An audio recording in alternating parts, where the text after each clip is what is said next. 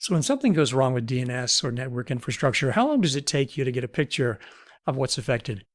Are you opening 5 different tabs, running manual queries, piecing it together? Let me show you the ResourceIT dashboard. The dashboard gives you a real-time view of your entire DNS and IP environment.